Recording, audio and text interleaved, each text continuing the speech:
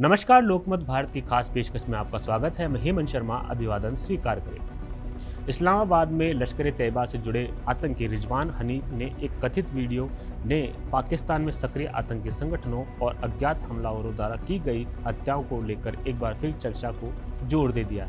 हनीफ ने दावा किया है कि पिछले 3 से 4 वर्षों में उसके संगठन से जुड़े 30 से अधिक लोग मारे जा चुके हैं।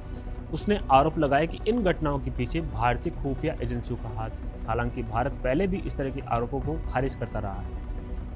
रिजवान हनीफ के अनुसार ये हमले पाकिस्तान के कई शहरों, पाकिस्तान अधिकृत कश्मीर पीओके सहित कई इलाकों में हुए हैं। उसने पेशावर, कराची, रावलपिंडी, रावलकोट और मुजफ्फराबाद जैसे क्षेत्रों का नाम लेते हुए कहा कि अज्ञात हमलावरों ने लश्कर तैयबा से जुड़े लोगों को निशाना बनाया।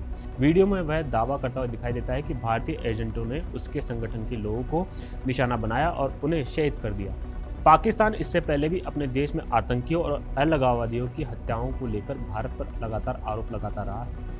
जनवरी 2024 में पाकिस्तान के तत्कालीन विदेश सचिव मोहम्मद साइरस हज्जाज काजी ने आरोप लगाया था कि भारत की खुफिया एजेंसियां पाकिस्तान में सीमा पर टारगेट किलिंग में शामिल है। भारत सरकार ने इन आरोपों को खारिज करते हुए इन्हें निराधार बनाया। एक रिपोर्ट में भी दावा किया गया था कि 2020 के बाद पाकिस्तान में करीब 20 आतंकियों और उग्रवादियों की अज्ञात हमलावरों द्वारा हत्या की गई। रिपोर्ट में लश्कर तैयबा, जैश ए मोहम्मद और हिजबुल मुजाहिदीन जैसे संगठनों से जुड़े लोगों के नामों का उल्लेख किया गया था। रिपोर्ट ने पाकिस्तानी अधिकारी और कथित खुफिया सूत्रों के हवाले से इन घटनाओं के पीछे भारतीय एजेंसियों की संभावित भूमिका का दावा किया था। हालांकि भारत के विदेश मंत्रालय ने इस रिपोर्ट को भी खारिज कर दिया था। मंत्रालय ने इसे भारत के खिलाफ दुष्प्रचार बताया था। विदेश मंत्री एस जयशंकर ने भी कहा था कि दूसरे देशों में टारगेट किलिंग करना भारत सरकार की नीति में नहीं। लश्कर तैयबा दुनिया के सबसे चर्चित आतंकी संगठनों में से एक रहा है। इसकी स्थापना 1987 में पाकिस्तान में हुई थी।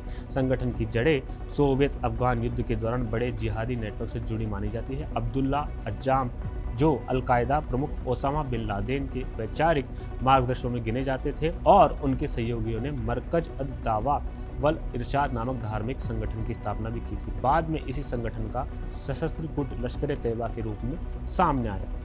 शुरुआती दौर में लश्कर तैयबा के लड़ाके अफगानिस्तान में सोवियत सेना के खिलाफ लड़ाई में शामिल हुए। 1989 में सोवियत सेना की वापसी के बाद संगठन का ध्यान जम्मू कश्मीर में सक्रियता बढ़ाने पर केंद्रित हो गया।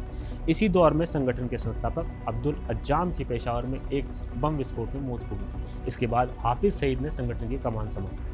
लश्कर तैयबा पर भारत, अमेरिका और कई पश्चिमी देशों ने आतंकी गतिविधियों में शामिल होने के आरोप लगाए हैं। संगठन पर 2008 के मुंबई आतंकी हमलों सहित कई बड़े हमलों में भूमिका के आरोप लगे हैं। अमेरिका और अन्य देशों ने इसे प्रतिबंधित आतंकी संगठन घोषित किया है।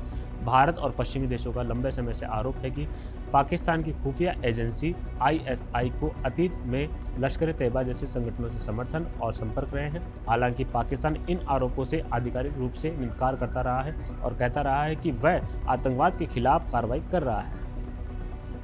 रिजवान हनीफ के दावों की स्वतंत्र पुष्टि नहीं हुई है, लेकिन इस तरह के आरोप क्षेत्रीय सुरक्षा, भारत पाकिस्तान संबंधों और आतंकवादी संगठनों के भीतर चल रहे संघर्ष को लेकर नई बहस जरूर पैदा करते हैं। विशेषज्ञों के अनुसार पाकिस्तान में आतंकी नेटवर्क से जुड़े लोगों की रहस्यमयी हत्याएं कई वर्षों से सुरक्षा एजेंसियां और अंतर्राष्ट्रीय समुदाय के लिए चिंता का विषय रही है, लेकिन इनके पीछे वास्तविक कारणों और जिम्मेदार पक्षों को लेकर अब भी स्पष्ट प्रमाण सार्वजनिक रूप से सामने नहीं आए हैं।